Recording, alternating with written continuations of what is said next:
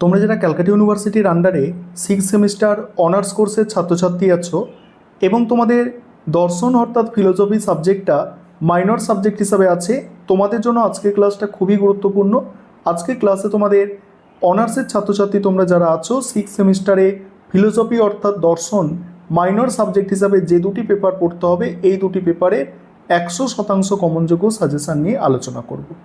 দেখো তোমাদের আমি সাজেশানটা প্রথমেই যেটা আছে লজিকের পেপারের ওপরে আছে। এই পেপারটা একটু লজিক আছে তোমাদের, ওয়েস্টার্ন লজিক MN3 পেপার অর্থাৎ প্রথম পেপার যেটা। এখানে এই সাজেশানটা আমি দুটো পোর্শানে ভেঙে দিয়েছি, একটা থিওরি পোর্শান আর একটা হচ্ছে লজিক্যাল পার্ট বা লজিকের পোর্শানের ওপরে আছে। এবারে তোমরা জানো তোমাদের কোয়েশ্চেন প্যাটার্ন যে তোমাদের 5 নম্বরের প্রশ্ন আসে, 10 নম্বরের প্রশ্ন আসে এবং 15 নম্বরের প্রশ্ন আসে। এই হচ্ছে কোয়েশ্চেন প্যাটার্ন। এবং 10 এবং 15 নম্বরের জন্য থিওরি পোর্শন থেকে যে প্রশ্নগুলো তৈরি করবে দেখে নাও। আরও একটি বিষয় যে তোমরা যারা একদমই লজিক পারছো না, থিওরি পোর্শন থেকে যে প্রশ্নগুলো আমি দিয়েছি বা যে প্রশ্নগুলো আমি রেখেছি এগুলো যদি তোমরা করে নাও, তাহলে তোমরা যদি লজিক নাও পারো তাও তোমরা পরীক্ষায় সব প্রশ্ন করলে 80% পর্যন্ত নম্বর আনতে পারবে, কেবলমাত্র এই থিওরি পোর্শনের অ্যান্সার করে বা থিওরি পোর্শনটাকে পড়ে। ভালো করে সাজেশনটা দেখো। প্রথম প্রশ্ন আছে, দেখো মিলের ব্যতিরেক পদ্ধতি আলোচনা করো।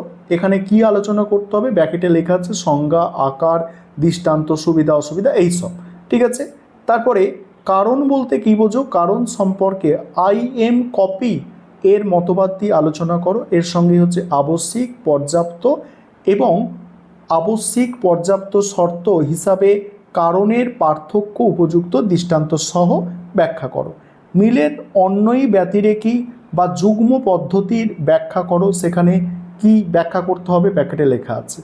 নিরপেক্ষ ন্যায়ের ধারণার নিয়মগুলি উদাহরণসহ আলোচনা করো। এই নিয়মগুলি লঙ্ঘন করলে কি কি দোষ ঘটে তা ব্যাখ্যা করো। তারপরে আছে নিরপেক্ষ বচনের অস্তিত্বমূলক তাৎপর্য বলতে কি বোঝো? এই বিষয়ে গতানুগতিক যুক্তি বিজ্ঞানী এবং নব্য যুক্তিবাদদের মতবাদের মত পার্থক্য আলোচনা করো। তারপর দেখো এখানে আরও দুটো প্রশ্ন দেওয়া আছে বড় প্রশ্ন হিসাবে এবং 5 নম্বরের প্রশ্ন দেখো। 5 নম্বরের প্রশ্ন আছে সত্যতা ও বৈধতার মধ্যে পার্থক্য সম্পর্ক উদাহরণসহ আলোচনা করো। একটি বৈধ যুক্তির আশ্রয় বাক্য কি মিথ্যা হতে পারে? তারপরে বাক্য ও বচনের মধ্যে মূল পার্থক্যগুলি কি কি? এ বচনের সরল আবর্তন কি সম্ভব? উদাহরণসহ আলোচনা করো। তারপরে আছে দেখো বস্তুগত প্রতিপত্তির কূটাভাস বলতে কি বোঝো? এবং বাকি পোর্শন তোমরা দেখো। একদমই মোস্ট ইম্পর্টেন্ট প্রশ্ন রাখা হয়েছে। আমি তোমাদের আবারও সচেতন করছি যে তোমরা যদি ভালো করে এই থিওরির পোর্শন করে নাও তাহলে তোমরা কিন্তু অনেক অ্যান্সার করে আসতে পারবে এবং সেক্ষেত্রে লজিক্যাল পার্ট যেটা আছে সেই লজিকের অংশ একটু কম জানলেও তোমাদের চলবে। এবার লজিকের পোর্শনটা দেখে নাও, আমি স্ক্রল করে যাচ্ছি।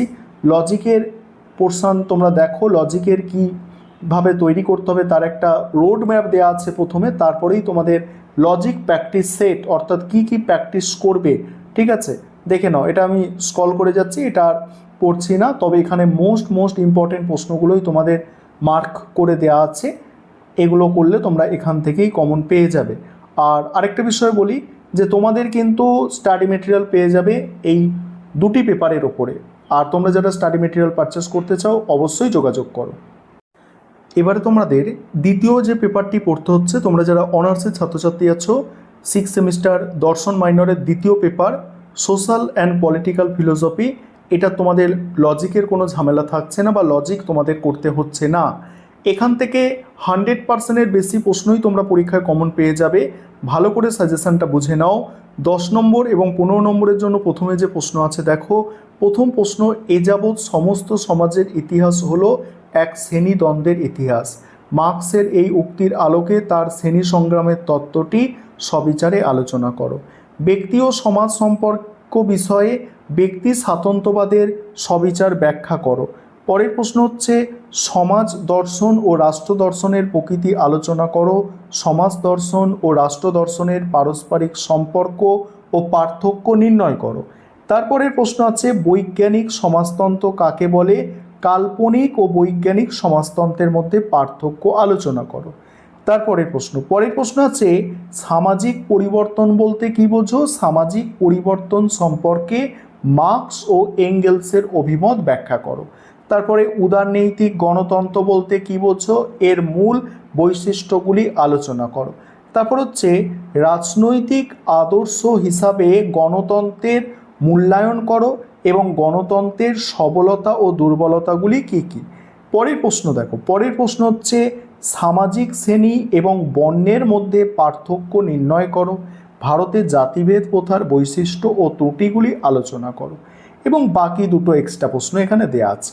এবার 5 নম্বরের জন্য যে প্রশ্ন তৈরি করবে, দেখো প্রথম প্রশ্ন, সামাজিক প্রগতি বলতে কি বোঝো, সামাজিক পরিবর্তন ও সামাজিক প্রগতির মধ্যে সম্পর্ক।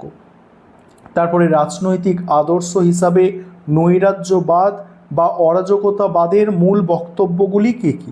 তারপর আছে মার্ক্সীয় দর্শনে শ্রেণী ও শ্রেণী সচেতনতা বলতে কী বোঝো।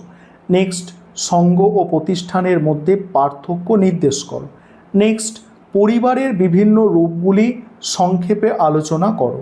তারপরে দেখো, তারপরে আছে ধর্মনিরপেক্ষতা বলতে কী বোঝো, ভারতের ধর্মনিরপেক্ষতার প্রকৃতি সংক্ষেপে আলোচনা করো। আবারও বলছি, তোমাদের যাদের স্টাডি মেটেরিয়াল পারচেস করার দরকার আছে যত তাড়াতাড়ি পারো তোমরা স্ক্রিনে দেওয়া নম্বরে যোগাযোগ করবে।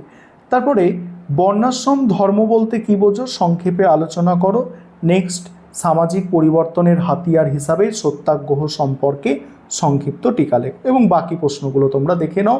এই ছিল তোমাদের দুটি পেপারে কমপ্লিট সাজেশন।